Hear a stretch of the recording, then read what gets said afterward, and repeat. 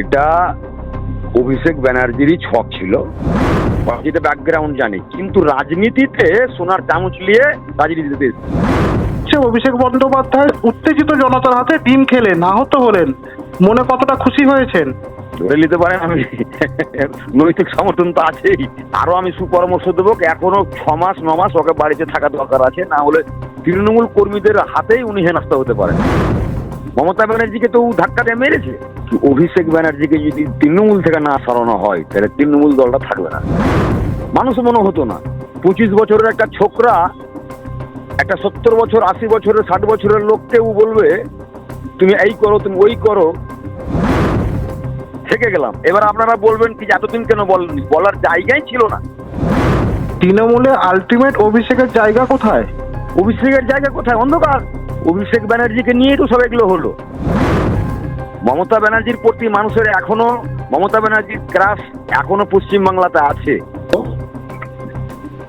Hello, মনিরুলদা কথা বলছেন? হ্যাঁ দাদা নমস্কার, আমি নিউজ বর্তমান থেকে পার্থ কথা বলছিলাম।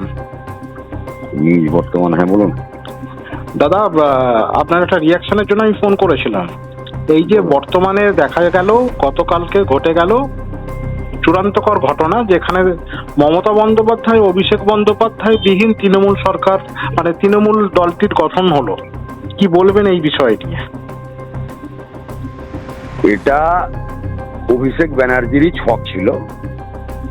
2026 সালের যে নির্বাচন, বিধানসভা নির্বাচন পশ্চিমবাংলার 74 জন রানিং মানে বিধায়ককে বাদ দিয়েছিল। চক্রান্ত ছিল ই নিজের অনুগামী গালাকে এমএলএ তৈরি করে নিজে মুখ্যমন্ত্রী হওয়ার, এবং ভবিষ্যতেও মমতা ব্যানার্জিকে পুঙ্গু করে যদি ভোটাভুটি হয়, যে আমার পক্ষে হয়, তার প্রতিফলন হয়েছে।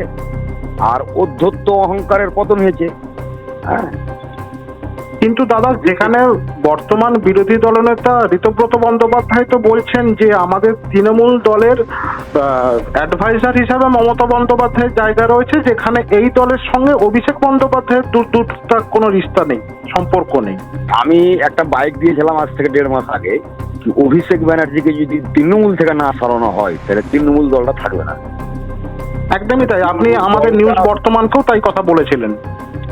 মানে তৃণমূল দলটা অভিষেক ব্যানার্জি সোনার চামচ নিয়ে জন্মগ্রহণ করেনি, যেটা ব্যাকগ্রাউন্ড জানি, কিন্তু রাজনীতিতে সোনার চামচ নিয়ে রাজনীতিতে ও তো লড়াই সংগ্রাম আন্দোলন করেনি, পুলিশের মার খায়নি, এজেন্সি দিয়ে দল চালিয়েছে।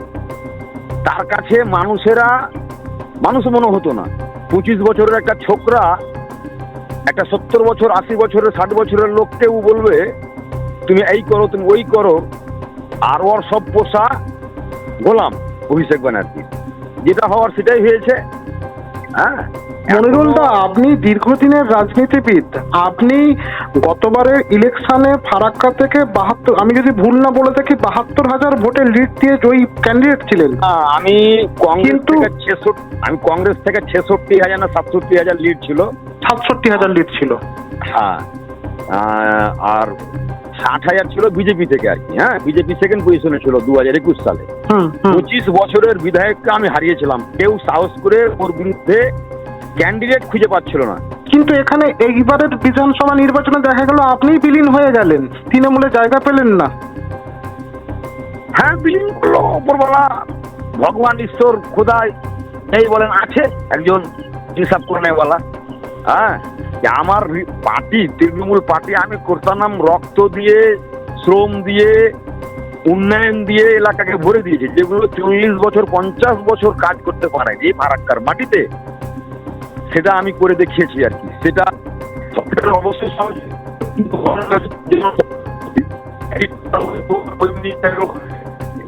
ওখানে নিয়ে আসতে হয়েছে। অভিষেক ব্যানার্জির এতটাই অধ্যত্ত, মানে উনি কাজে কামে বুঝতে চাইতেন তোমাকে টিকিট দেওয়া হয়েছে বলে তুমি জিততে পেরেছো, তোমার কোনো কারিশমা নেই।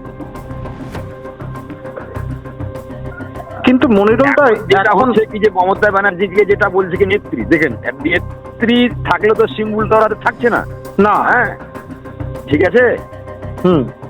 এবার এরা এখন কোথায় যাচ্ছে না যাচ্ছে সেটা ওদের ব্যাপার, কিন্তু অভিষেক ব্যানার্জির উপরে প্রত্যেকটা এমএলএ এমপি টাকা সংগঠন থেকে নিয়ে সবাই মানে ভিতরে ভিতরে একটা বুমরায় না একটা আওয়াজ, বৃষ্টি আসবে আসবে কিন্তু গরম লাগছে, হ্যাঁ এরকম সবারই ছিল।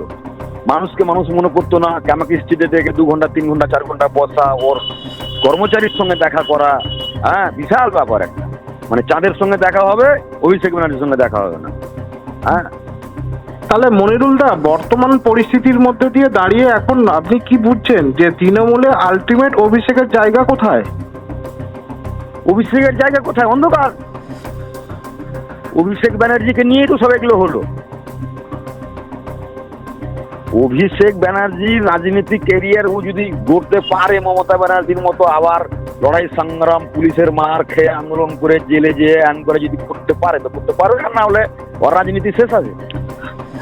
দাদা, আমরা যদি খুব ভুল না হয়ে থাকি, যেগুলো আমাদের মিডিয়াদের কাছে খবর আছে, তৃণমূলের এই উপর মহলের এই অভিষেক বন্দ্যোপাধ্যায় এবং তার যে টিম একটা কেমিস্ট্রিক থেকে একটা রাজনীতি চালাতো, সেখানে আপনাদের মতন দীর্ঘদিনের এমএলএ এমপিরাও যারা কিনা আপনারা ওদের সাথে দেখা করতে পারতেন না, এই না। অভিযোগগুলো কি সত্যি? হ্যাঁ একদম বাস্তব বাস্তব। উনি তো বকলমে সরকার চালাতেন এবং দলটা চালাতেন। মমতা ব্যানার্জি 2021-এর পরে ওর ভাইপোকে ও চিনতেও পারেনি, আর সামাল দিতে পারেনি, নিয়ন্ত্রণ করতে পারেনি। মমতা ব্যানার্জিকে তো ও ধাক্কা দিয়ে মেরেছে। মমতা ব্যানার্জির প্রতি মানুষের এখনো মমতা ব্যানার্জির ক্রাশ এখনো পশ্চিমবাংলাতে আছে। মমতা ব্যানার্জির প্রতি আমাদের শ্রদ্ধাও আছে, সম্মানও আছে।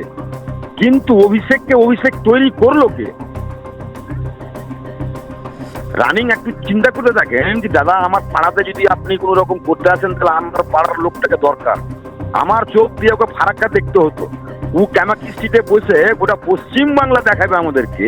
তো প্রত্যেকটা মানুষের কিছু না কিছু ক্ষমতা থাকে, সে দিনমজুর হোক আর লেবার হোক আর চা বলা হোক। বেশ মনিরুল দা, আপনি আমাকে একটা কথায় উত্তর দিন তো, আজকে মমতা বন্দ্যোপাধ্যায় অভিষেক বন্দ্যোপাধ্যায়কে একটা নিজের ভাইপোকে একটা জায়গা করে দিতেই কি তৃণমূল দলটাকে এইভাবে ধ্বংস করে দিল? একবারে রাইট। অভিষেক ব্যানার্জিকে জায়গা করা দেওয়ার জন্য তৃণমূল দলটাই চলে গেল, এবং শুভেন্দু অধিকারী যে বের হয়েছিল ওর উপরে রাগ করে বের হয়েছিল। ও তো সুব্রত বক্সি আমাদের যে রাজ্য সভাপতি, সিল প্যাড ছাড়া ওনার কাছে কিছুই ছিল না। একটা অঞ্চল সভাপতি তৈরি করার ওর ক্ষমতা ছিল।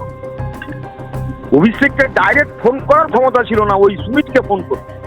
আমি নিজে আমার 2টো অঞ্চল, ফারাক্কা বিধানসভার মধ্যে শামসারগঞ্জ ব্লকের কাঞ্চনতলা অঞ্চল এবং গাজীনগর মালঞ্চা, এই 2টো অঞ্চলের অঞ্চল সভাপতি করার জন্য বেগ পেতে হয়েছে। তাতে করে আমরা আমাদের রাজ্য সভাপতিকে বলেছিলাম কি দাদা, আমাদের 2টো অঞ্চলের অঞ্চল সভাপতিটা এখনো ঠিক হয়নি। উনি আমাদের সামনে সুমিতকে ফোন করছে কি মনিরুল ফারাক্কার বিধায়ক এসছে, তো ওর 2টো যে পঞ্চায়েতের অঞ্চল সভাপতি, এই 2টা কাছে দেখা দিচ্ছ না কেন? চিন্তা করতে পারেন কি রাজ্যের সভাপতি সুমিতকে ফোন করছে। তখন হাসলাম, দুঃখ পেলাম, কষ্ট পেলাম, থেকে গেলাম। এবার আপনারা বলবেন কি এতদিন কেন বলেননি? বলার জায়গাই ছিল না। বেশ দাদা মনিরুল দা, এই যে আপনাদের যে দীর্ঘদিনের আপনারা রাজনৈতিক কর্মী, আপনারা তৃণমূল দলটাকে তৈরি করেছিলেন, সেই দেখা গেল যখন আপনাদের মতন বিভিন্ন নেতা অভিষেক বন্দ্যোপাধ্যায়ের উপর এক প্রকার ক্ষুব্ধ, সেই জায়গায় দেখা যাচ্ছে অভিষেক বন্দ্যোপাধ্যায় সোনারপুর দক্ষিণে গিয়ে উত্তেজিত জনতার হাতে ডিম খেলেন, আহত হলেন। মনে কতটা খুশি হয়েছেন? খুশির ব্যাপারটা নেই, গণতন্ত্র দেশে ওই ঘটনার আমি নিন্দা করছি। আমার ওপরে কোনো রাগ থাকতে পারে, আইন আদালত খোলা আছে, হ্যাঁ এগুলো। কিন্তু এটা তো মানবেন যে অভিষেক বন্দ্যোপাধ্যায়ের উপর যে এই যে ডিম হামলা, এটা আলটিমেট মানুষের জনরোষ তৈরি হয়েছে, এটা ক্ষোভ। হ্যাঁ, এটা আমি বিজেপি বলবো না, আরো আমি সুপরামর্শ দেবো। এখনো 6 মাস 9 মাস ওকে বাড়িতে থাকা দরকার আছে, না হলে তৃণমূল কর্মীদের হাতেই উনি হেনস্থা হতে পারেন। আপনি তো ভয়ঙ্কর কথা বলছেন, তৃণমূল কর্মীদের হাতে অভিষেক বন্দ্যোপাধ্যায় হেনস্থা হচ্ছে। হ্যাঁ, হতে পারে, এটাই বাস্তব। দাদা আর একটা মনিরুল জিনিস ইসলাম বাস্তব কথাটা তুলে ধরতে গিয়েই আজকে বলির পাঠা। আমি বলেছিলাম যে সময় এসআইআর চলছিল, আপনি খেয়াল করবেন, হতেই পারে ওটা কি মুসলিম এলাকাতে যেখানে 1000-1200 ভোট আছে মুসলিম এরিয়াতে অধ্যুষিতে, সেখানে 1200 ভোটের মধ্যে 1000 ভোট বিলুপ্ত হয়ে যাচ্ছে, নাম কাটা পড়ে যাচ্ছে। আমি একটা কথা বলেছিলাম, রাম রহিম দেখে এখানে কাজ হচ্ছে, এরকম আমার ধারণা ছিল আর কি। ঠিক আছে, সেটা মুসলিম সম্প্রদায়ের মানুষ একটু আতঙ্কিত ছিল, আমরা কি করব, কোথায় যাব, এমন করব। এবার মমতা ব্যানার্জির 2-4টা যে স্টেটমেন্ট, আমার এতই উন্নয়ন করেছি, কোরআন হাদিস বাইবেল গীতা শেষ হয়ে যাবে, কিন্তু আমার উন্নয়ন শেষ হবে। এই যে হজ করতে যাবেন, ভোট দিয়ে হজ করতে যাবেন, উনার জানাই নাই কি হজটা একটা সময়ের মধ্যে হয় এবং আরব সরকার ঠিক করে দেয় কোন দেশ থেকে কোন প্লেনটা কবে যাবে। মোফাক্কুরুল ইসলাম উনি দেশদ্রোহী নয়, উনি একজন অ্যাডভোকেট, হতে পারে ওর পদ্ধতিটা আলাদা। মোফাক্কুরুল ইসলামকে আমার সিআইডি গ্রেফতার করে পালাচ্ছিল, ও কি দেশদ্রোহী? এগুলো অনেক ব্যাপার আছে যেগুলো মমতা ব্যানার্জি আজ ধরতে পারেনি। অভিষেক ব্যানার্জিকে কাটতে গিয়ে দলটাই চিনে গেল, আর এর চাইটার বেশি কি। মনিরুল দা, তাহলে আপনি যে দলটাকে এতদিন ভালোবেসে শ্রম দিয়েছেন তৃণমূল, সেই তৃণমূলটা তো তাহলে চলে গেল হচ্ছে যে সিপিএম থেকে আসা ঋতব্রতের হাতে, কি বলবেন? মানে চিনতে পারলো না, মানে এখন কি তাহলে তৃণমূলকে বলা চলে মার্ক্সবাদী তৃণমূল? নীতি গণতন্ত্র দেশে আমাদের গণতন্ত্র প্রতিষ্ঠা করতে গিয়ে এই জমিদারি প্রথা, মানে রাজপ্রথা, এগুলোকে উঠাতে গিয়ে ব্রিটিশকে তাড়াবার জন্য যে হিন্দু মুসলিম খ্রিস্টান জৈন বৌদ্ধ যে ঐক্যবদ্ধ হয়ে আমরা স্বাধীনতা পেয়েছিলাম, সেই স্বাধীনতাটা খর্ব অভিষেক ব্যানার্জি এই কারণেই করেছে। উনার বক্তব্য কোনো পঞ্চায়েতে বিরোধী থাকবে না, কোনো পঞ্চায়েত সমিতিতে বিরোধী থাকবে না, কোনো বিধানসভাতে বিরোধী থাকবে না, লোকসভাতে বিরোধী থাকবে না। এই যে একটা নেচার, আরে গণতন্ত্র দেশে হচ্ছে শাসক দলের আইনা হচ্ছে বিরোধী দল, এটা মাথায় রাখতে হবে। বিরোধী দল স্ট্রং থাকলে শাসক দল কাজ করবে, তার আইনা হিসাবে উনি কাজ করবেন। তো উনার বক্তব্য বিরোধী থাকবে না, বিরোধী শূন্য, তাহলে গণতন্ত্র খর্ব করা হচ্ছে, এটা ঠিক না। দাদা অভিষেকের তৃণমূলের উপর আপনি ক্ষিপ্ত, আপনি ব্রাত্য, কিন্তু গতকাল থেকে দেখা গেল ঋতব্রত তৃণমূল গঠন হয়েছে, আপনি যোগাযোগ করেছেন? না, তাহলে আপনি এখন ভবিষ্যতে কি ভাবছেন দাদা? আমি প্রথম কথা হচ্ছে কি যে আমি এখন যখন টিকিট আমাকে না দেওয়ার ফলে আমি নিরপেক্ষতা আছি, এখনো চিন্তা ভাবনা নাই। তবে বর্তমান সরকার যে এসছে, ইনি যদি ভালো মানে পশ্চিমবাংলার সর্বধর্মের মানুষ, সম্প্রীতি সম্পর্ক ঐক্য সবগুলো যদি বজায় রাখে, এদের দুটো কাজ আমাকে ভালো লাগলো। যেরকম মহিলাদের পশ্চিমবাংলাতে গোটা সরকারি মাসে ফ্রি, এবং এবার লোক এই অন্নপূর্ণা ভান্ডার টাকা বলেছে, সেটাও একটা ঐতিহাসিক একটা পদক্ষেপ। আমরা চাই বাংলা এগিয়ে যাক, ডবল ইঞ্জিনের সরকার, যেহেতু কেন্দ্রটা আছে, আমাদের 103 টাকা মানে বকেয়া পানীয় জল, শিক্ষা, স্বাস্থ্য, রাস্তাঘাট, মানে এই সবগুলা স্বাস্থ্যের ব্যাপারে, যেমন ধরুন পর্যাপ্ত পরিমাণে হসপিটালে ডাক্তার নেই, নার্স নাই, সুইপার নাই, পর্যাপ্ত পরিমাণে শিক্ষা প্রতিষ্ঠানে মাস্টার নাই, শিক্ষক নাই,